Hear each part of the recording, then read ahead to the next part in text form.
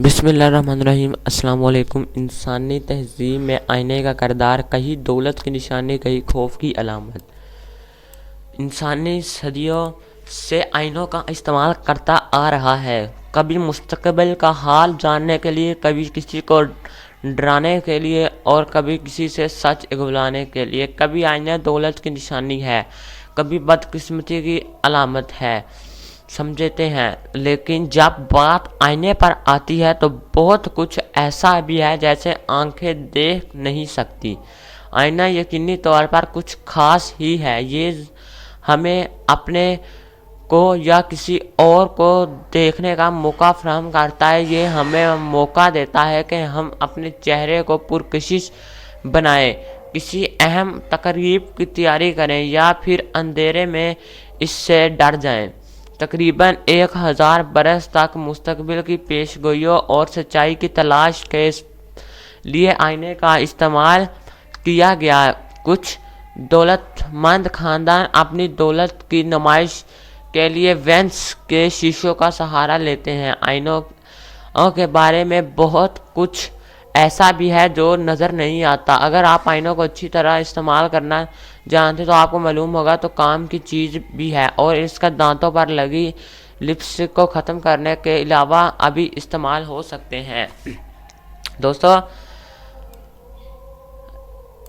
قدیم یونان میں 3 صدی قبل مسیح میں تھیلیسے کے چڑیلیں جدوائی شیشوں کی مدد سے اپنے خون سے پیش گوئی لکھتی تھی۔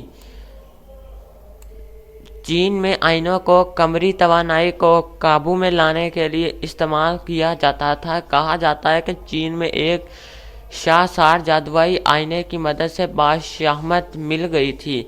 قن سلطنت کے پہلے سلطان قن شی ہونگ کو 25 قبل مسیح میں اس وقت سلطنت مل گئی تھی جب انہوں نے دعویٰ کیا کہ ایسے لوگ جو آئینہ دیکھتے ہیں وہ آئینے کی اندر کی خوبیوں کو بانپ لیتا ہے۔ دوستو، اس کے علاوہ کاروں میں بھی آئینے لگا اپنی قسمت یا بدقسمتی اپنے ہاتھوں میں۔ آئینوں کے ساتھ کئی تو اہمیت بھی جڑی ہوئی ہے، جیسے اگر آپ آئینے کو توڑ دیتے ہیں تو 7 سال بدقسمتی آپ کا پیچھا کرے گی۔ رومن تہذیب میں یہ بھی سمجھا جاتا ہے کہ اگر آپ آئینہ توڑ دیتے ہیں تو آپ کی روح شیشوں کے ٹکڑوں میں پھنس جائے گی اور 7 سال تک پھنسی رہے گی، کیونکہ ہر 7 برسوں میں زندگی ایک نیا چکر کاٹتی ہے۔ لیکن اس بدقسمتی سے چھٹکارا پانے کے طریقے بھی نکال لیے گئے ہیں، جیسا اگر کسی کے ہاتھوں آئینہ ٹوٹنے سے اس کی روح شیشوں میں ٹکڑے میں پھنس گئی تو وہ ان ٹکڑوں کو چن کر زمین میں دبا کر یا پھر تیز بہاؤ والے دریا میں ڈال کر زندگی کے چکر کو دھوکہ بھی دے سکتا ہے۔ لیکن پاکستان میں گھر میں آئینہ کا ٹوٹنا اچھا شگون سمجھا جاتا ہے، تو ہم اداکار اس پر یقین رکھتے ہیں کہ جب وہ اداکاری کے لیے تیار ہو رہے ہیں تو کوئی دوسرا شخص اس آئینے میں اپنے آپ کو دیکھے گا تو یہ ان کی بدشگونی ہوگی۔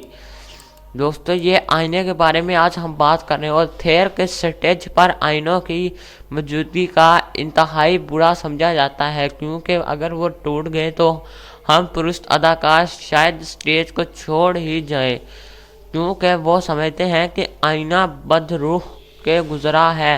ویسے بھی سٹیج کو سمجھنے والے کے لیے آئینے پر بڑی مصیبت کا باعث ہوتے ہیں، کیونکہ وہ روشنی کو منعکس کرتے ہیں اور جس سے اداکاروں کی آنکھیں چندا سکتی ہے، تو ایسے کون چاہتے ہیں۔ دوستو، کچھ پرانی تہذیبوں میں یقین کیا جاتا ہے کہ آئینے ہماری روح کی پرچھائی یا انسانی اثر روح کو منعکس کرتے ہیں۔